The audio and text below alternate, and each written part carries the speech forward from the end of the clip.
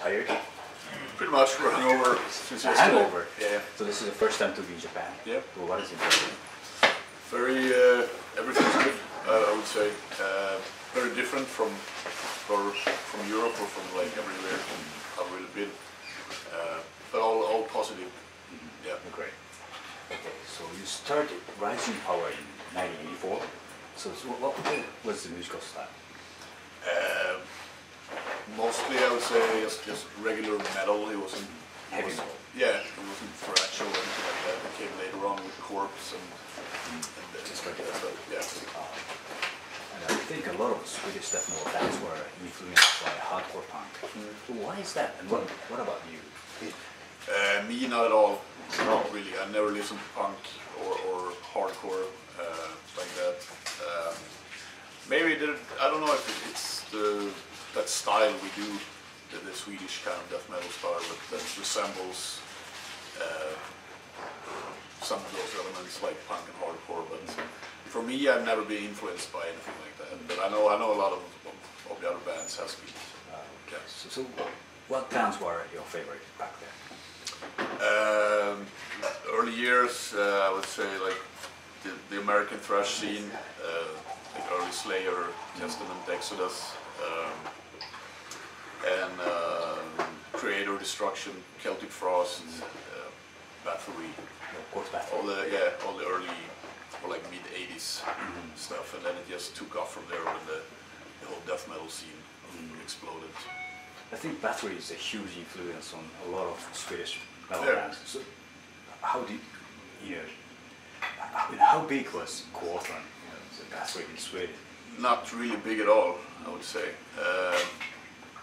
It was very secret, the whole thing. It was like some kind of mystery around Bathory overall. I met him once. He was a very nice guy. You met him? Yeah, at a record store in Stockholm. Was it a signing session? No, no, he was just there. So he was just there? Yeah, he was just there checking out records. So that's great. I kind of just ran into him and just exchanged some words. I think I was maybe 16 or 17. So. What year was it? 87 or 88. So under the sign of the black market year. Oh, that's great. So what's the reason to start playing death metal? I'm not sure. I think we just did what we like the bands we listened to and got influenced by that. Like I said, Corpse. We had Corpse in 86, 87. Corpse was more thrash metal. That was thrashier, and that was influenced by all the thrash bands we listened to. And then when we got more and more into discovering death metal and that scene, we kind of just evolved in that way. It was natural for us to go that way. And even the first two demos by Greg were very thrashy. Yeah. The Swedish death metal movement occurred in the end of maybe the 80s. Yeah. So what's the trigger? I'm not sure really. I think there was a lot of bands, and especially in Stockholm. We didn't live there at the time we do now, but at that time we traveled there for bigger shows and stuff, and we met all the guys, like the Nihilist guys and Dismember and Carnage and all those guys, and got to know them and traded tapes with them, and I think we were influenced by them as well. Especially Nihilist, which were very original, and we didn't take any elements from them, but I think we got influenced to write songs a different way and just think about more stuff than just throwing riffs together, because they had a very specific style of songwriting. Because before the death metal movement, we had the impression that Sweden had a lot of melodic heavy metal bands rather than thrash metal or extra metal. So it was quite surprising for us to, all of a sudden.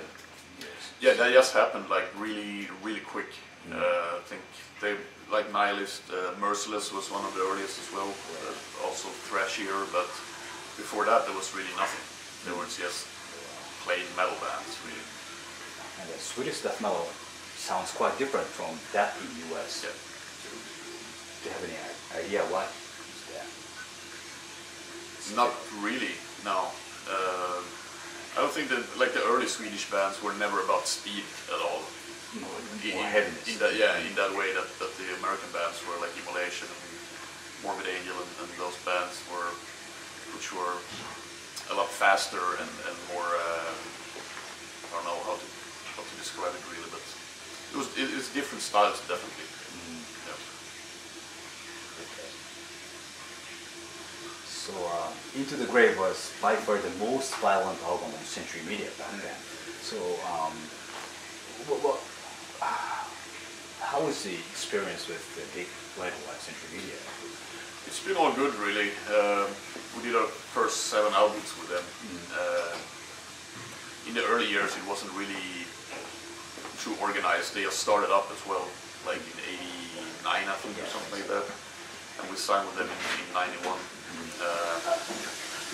But I'd say like after the 3rd album or so, they had grown so much. It was a very functioning organization. And still today, when we work with them now again after the 2 albums we did with Regain, we're back to the Century again. It's really easy. I know like all the people. There's many people there that still work there that has been there for over 20 years. So. It's easy, you know the people, you know who to talk to about what, and for us it just works very easy. Okay. So did you know that Into the Grave got 4 points out of 100 in Japanese heavy metal magazine? No. I think it's a big honor as a death metal band. Alright. Because they gave a 9 out of 100 to Behemoth's debut album. It's a horrible, stupid magazine. Damn. How was bad. it? 4 out of 100? 4 out of 100. It's a shitty album, man. It's a big honor. It's much better than 60 out of 100. Yeah. 4 out of 100 is it's proof that it's a pure real death metal. Yeah. So how was the reaction to Into the Grave?